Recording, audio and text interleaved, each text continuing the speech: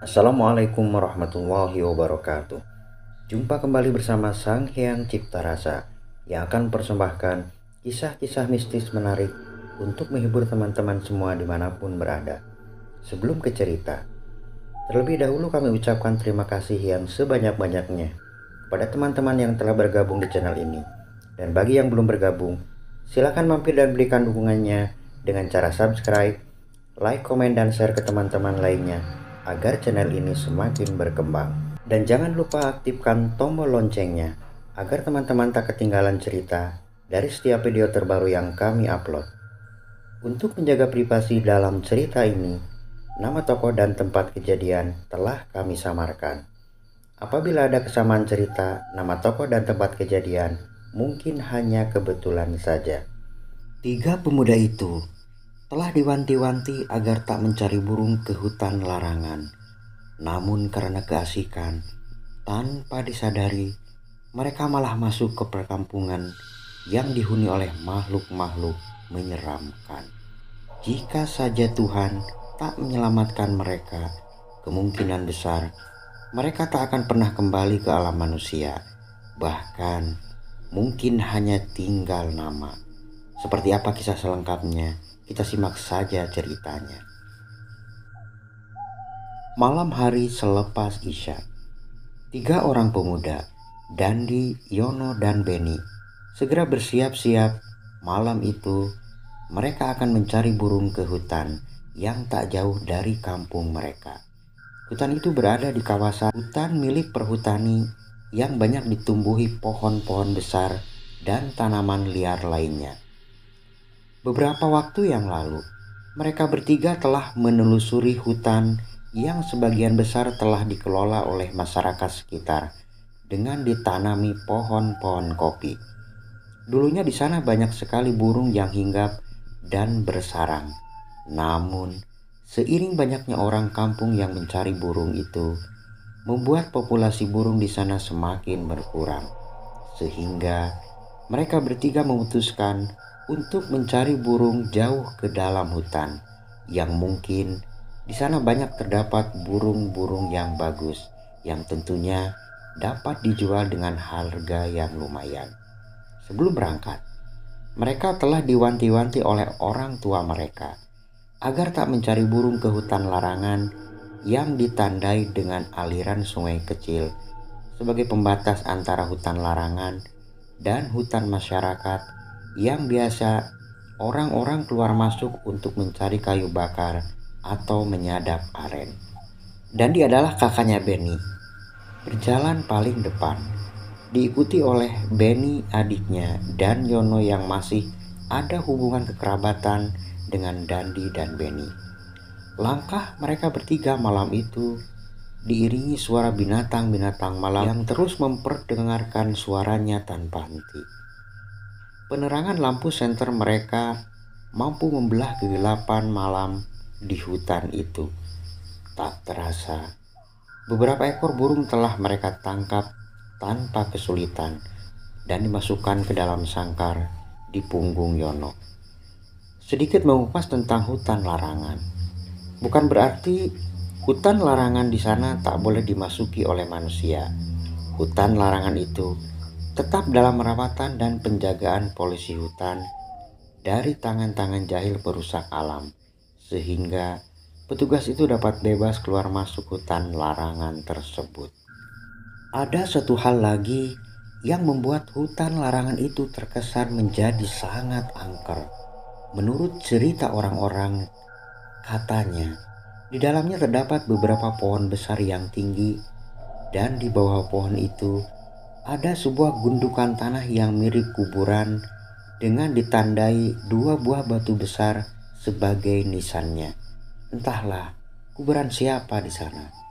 Orang-orang kampung sekitar pun tak ada yang mengetahuinya.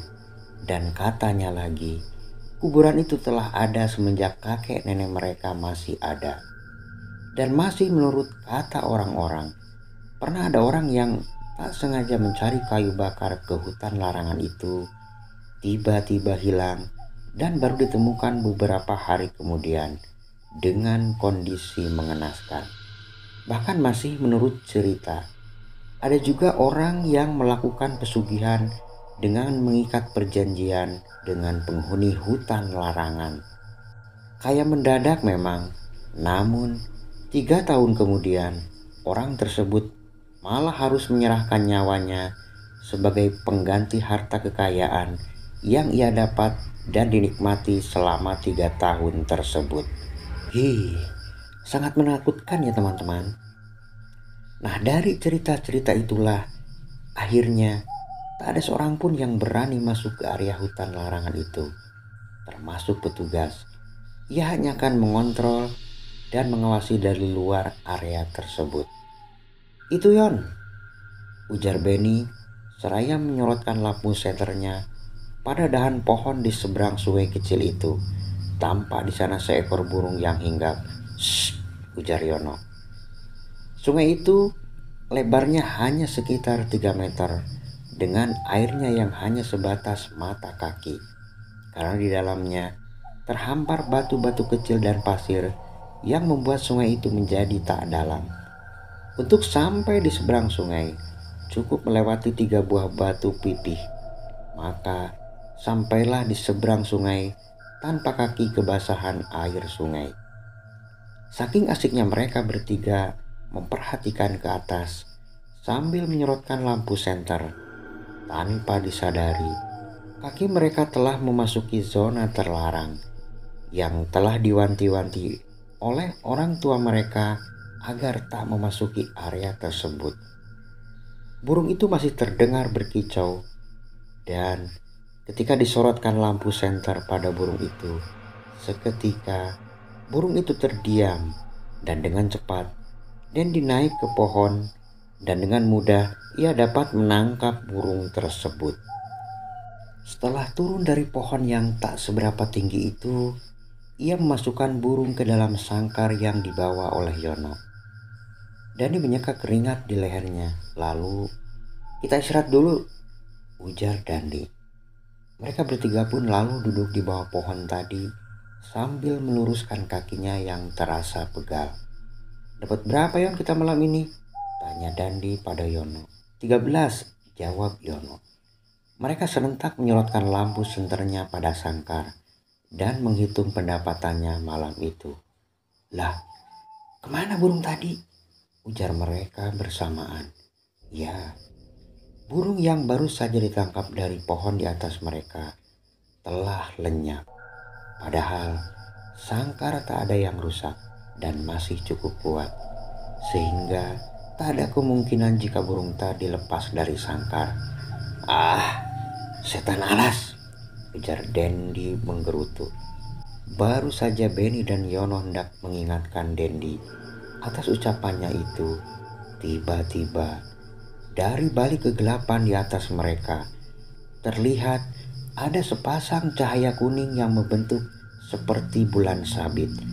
Cahaya kuning itu menyorot pada mereka bertiga. Apa itu? Ujar mereka. Lalu cahaya kuning itu semakin membesar dan membentuk bulatan penuh. Seketika tempat itu menjadi terang dan ternyata cahaya itu berasal dari sosok makhluk tinggi besar berbulu hitam lebat yang berdiri tak jauh dari mereka bertiga dengan mengeluarkan suara nafas yang berat. Sontak saja mereka lalu bangkit dan berlari sekuat tenaga. Tak lupa Yono berlari sambil membawa sangkar yang telah berisi burung hasil tangkapannya tadi. Namun, ketika kaki mereka hendak menyeberangi sungai kecil itu, mereka pun tertegun sebab sungai kecil itu telah lenyap. Mereka pun bingung dan suara makhluk itu seakan terus mengejar mereka.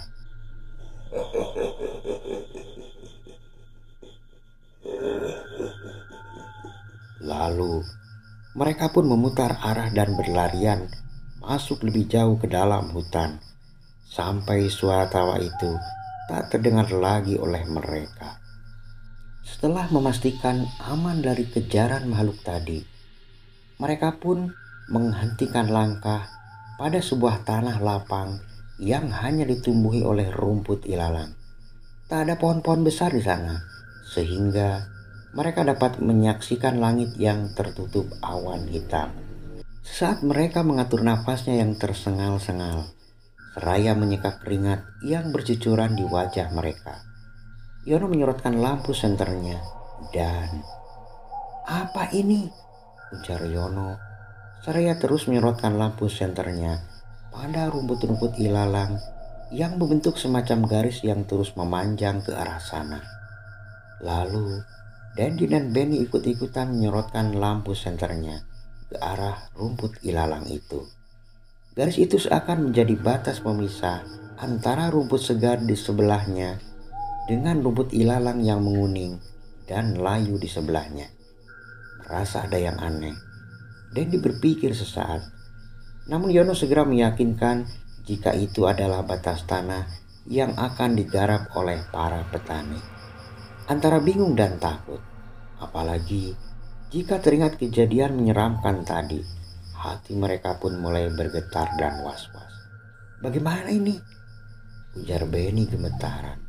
Tiba-tiba, di tengah-tengah kebingungan itu, kembali terdengar suara tawa yang menyeramkan dari balik kegelapan malam di belakang mereka.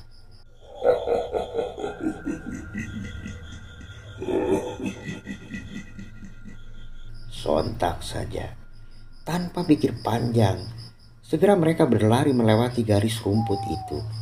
Namun, baru beberapa langkah memasuki area itu, keanehan pun terjadi. Tiba-tiba, mereka telah berada di suatu perkampungan yang sangat asing bagi mereka. Bahkan perkampungan itu tak seperti lazimnya di kampung mereka terlihat oleh mereka semua. Rumah-rumah panggung berdinding anyaman bambu yang beratapkan daun rumbia, yang antara rumah satu dengan yang lainnya terpisah oleh kebun-kebun singkong. Perkampungan itu nampak sangat sepi.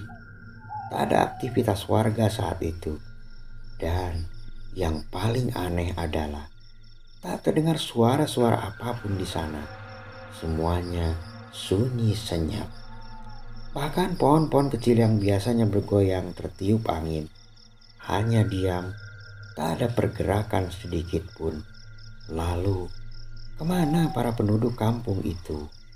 Yono segera duduk di bawah pohon diikuti kedua temannya. Ia memperhatikan sekeliling, masih sunyi. Lalu, pandangan mereka bergelirnya ke setiap sudut di tempat itu. Keanehan demi keanehan terus mereka rasakan. Dan ketika mendongak ke atas langit, kembali mereka terkejut. Sebab sejak tadi, ketika mereka sampai di tempat itu, suasana kampung itu seperti suasana menjelang senja. Padahal sebelum masuk tempat itu, suasana masih gelap gulita. Aneh, pikir mereka. Entah berapa lama mereka di tempat itu, lalu rasa lapar dan haus mulai mendera mereka. Ditambah lagi tenaga yang sepertinya terkuras habis setelah berlarian tak tentu arah. Yono berharap agar secepatnya bertemu orang di sana untuk meminta pertolongan. Dengan langkah lunglai, mereka berkeliling di kampung yang terasa aneh itu. Mereka ragu untuk mengetuk pintu rumah-rumah di sana karena sejak tadi belum ada tanda-tanda jika rumah-rumah itu ada penghuninya. Dan sampailah mereka bertiga di sebuah kebun singkong yang cukup luas. Tak kuat menahan lapar, serta-merta pohon singkong itu dicabutnya. Benny lalu mengupasnya satu persatu dan diberikan pada Dandy dan Yono. Mereka pun memakannya dengan lahap. Cukuplah kiranya menghilangkan haus dan lapar saat itu.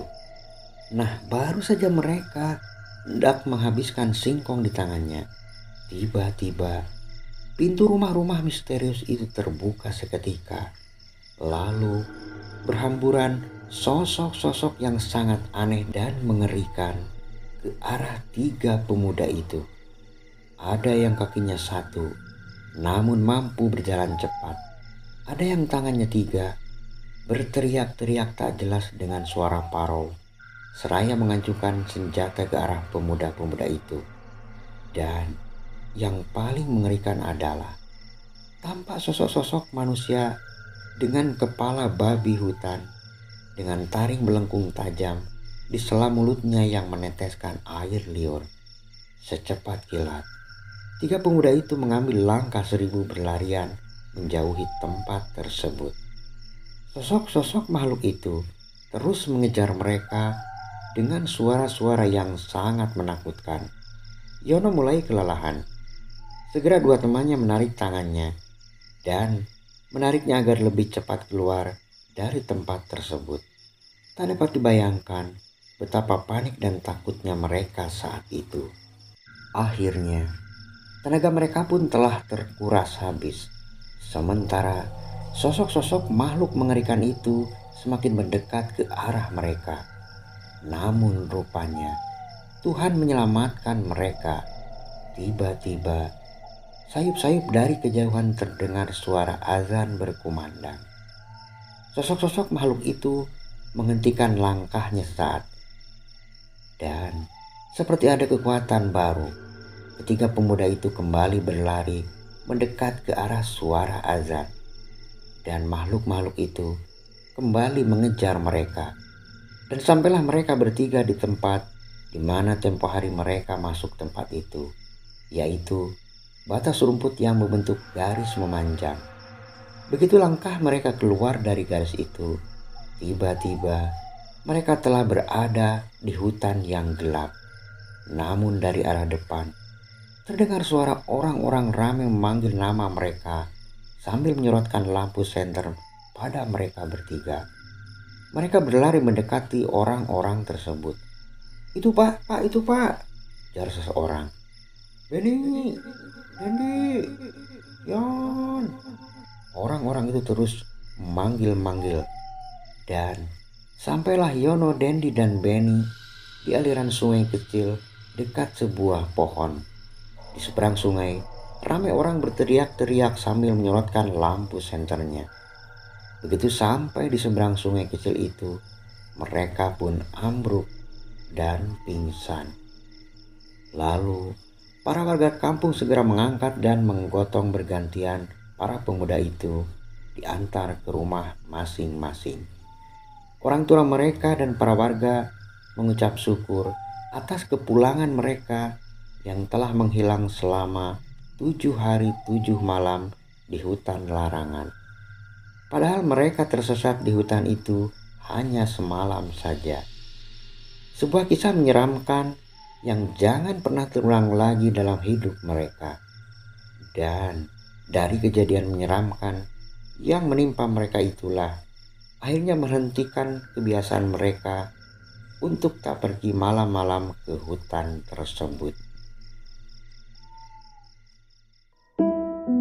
Nah teman-teman, sampai di sini ceritanya. Semoga dapat menghibur kalian semua dimanapun berada. Terima kasih bagi teman-teman yang telah menonton dan mendengarkan ceritanya. Mohon maaf apabila ada salah-salah kata. Sampai jumpa di kisah mistis selanjutnya hanya di Sang Hyang Cipta Rasa. Assalamualaikum warahmatullahi wabarakatuh.